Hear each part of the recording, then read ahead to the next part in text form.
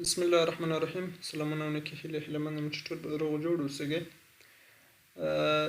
نن به د خیره مایکروسافت آفیس شروع کړو. د مایکروسافت آفیس یو بخش چې مایکروسافت ورد دی هغه به شروع کړو. نن به معرفي وي او لکه څنګه چې تاسو پوهیږئ زموږ ټول درسونه لیسن بای لیسن دي. هر لیسن به جدا موضوع لري. نو نن راځو introduction to Microsoft Office and Microsoft Word. معرفي دی مایکروسافت آفیس او مایکروسافت ورد چې څه شی دي، کوم ورژنونه لري، کوم نمونه ورته اخیستل کیږي، کوم کارونه پکې کیږي. دو تشریحات په لاندې ډول نن تشریح کوو. راځو what is Microsoft Office. Microsoft Office څه شی دی؟ Office is a package of many program example Word, Excel, PowerPoint, Access وغیره. Office چې دی یو بندل د ډیری پروګرامونو دی لکه Word, Excel, PowerPoint, Access چې انشاءالله موږ به اول Word بیا Excel بیا PowerPoint بیا Access وایو. دا چې دی ډیری په افغانستان کې د کار وړ د نور بخشونه هم لري د Office چې هغه په افغانستان کې دومره کاربرد نه لري، په خارج کې استفاده کیږي ډیر کم. Version of مایکروسافت آفیس. اوس راځو موډلونو د مایکروسافت آفیس چې کوم موډلونه لري.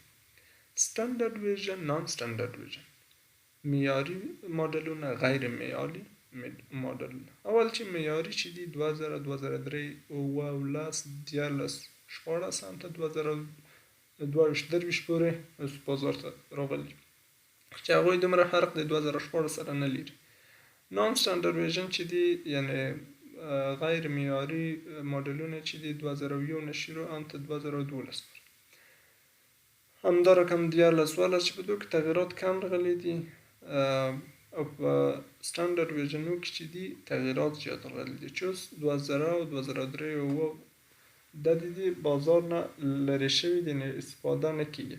2010 او 14 هم چې دی د شکست په حالت کې دي. نو 2014 دا چې دی د 2019 او 2 سره مشابهت لري، دومره زیات فرق نشته که چیرې 2014 زده که انشاءالله.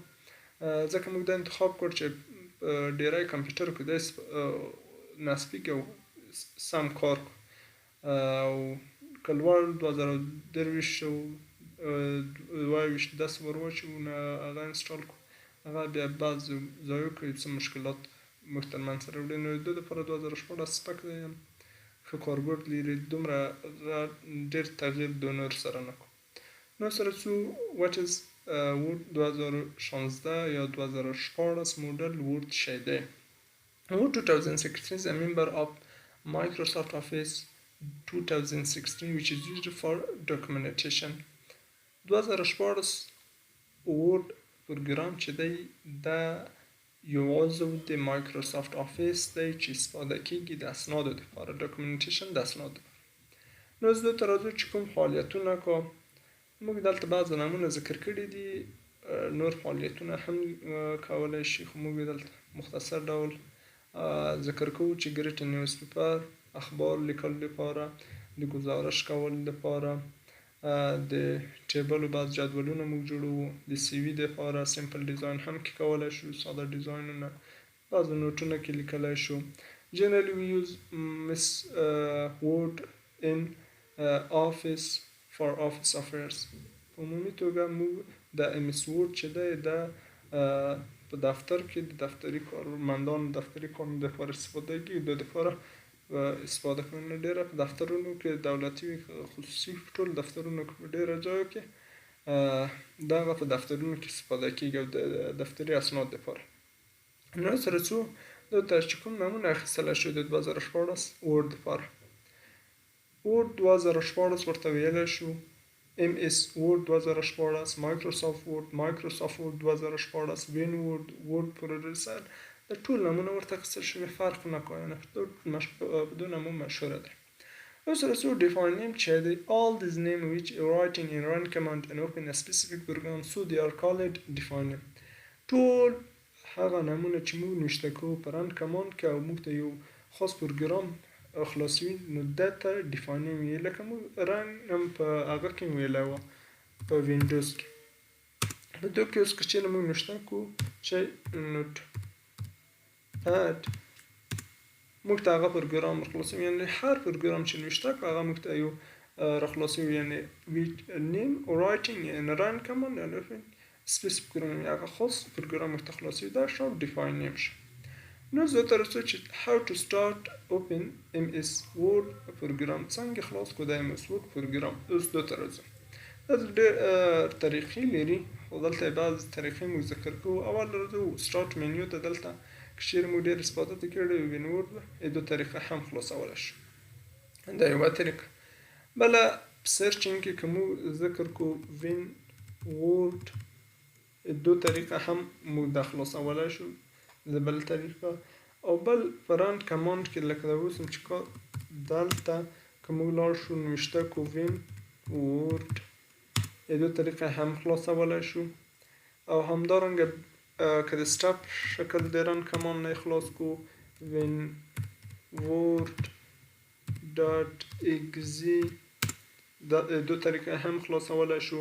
او همدارنګه د شارکټ یعنې د سټارټ په مخکې چې موږ کله راوړو او دلته هم که اول شارکټ ورته جوړو، شارکټ ته به راشو، براوزر کې پی سي انتخاب کو، پی سي نه لوکل سی نه وروسته به پروګرام فایل، دلته به مایکروسافت آفیس موږ 14 بیایو، دلته به وورډ پروګرام موږ پیدا کو. دا دی دلته هغه لوکیشن دی د آیټم نیکسټ به کو، دلته کوم بل نوم ورته ذکر کوی چې په اوه نوم وي هم ورته کولی شي فینش.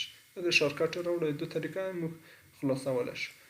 او همدارنګه موږ کولی شو چې یوه شارټ کی هم ورته جوړه کړو چې هغه موږ خپل پروګرام باز شي، لکه کنټرول آر زه ورته اف آر ورته نیسم اوکې، نو ګور زه ووایم خلاصېږي، دا هم خلاص شو. او بل موږ کولی شو چې دلته پروګرام که چېرې خلاص کړو دلته د دغو ساحه کې هم موږ د پین کولی شو، د پین طریقه د چپ کلیک نو دلته د پین ټو ټیسک بار دلته هم پین کولی شو، چې یعنې موږ که چېرې دو لر شو دلته هم موږ ته دو ځای هم دا خلاصولی شو. او آخري طریقه چې کومه ده د سیم ډي کې موږ په رن کمانډ ته راځو، دا په وینډوز کې هم ویلی و، دلته لیکو start وین وورډ یعنې دو طریقه هم خلاصېږي. بل د کوډینګ طریقه ده چې نوټ پاډ کې ورته جوړېږي، هغه طریقه دومره ضروري نه ده، همدومره زده کړو انشاءالله اسانه به کوي. نو د نن لپاره به انشاءالله بس وي. دوام لیسن به انشاءالله په فیزیکل سټرکچر وي چې فیزیکل تشریحات به ورکړو.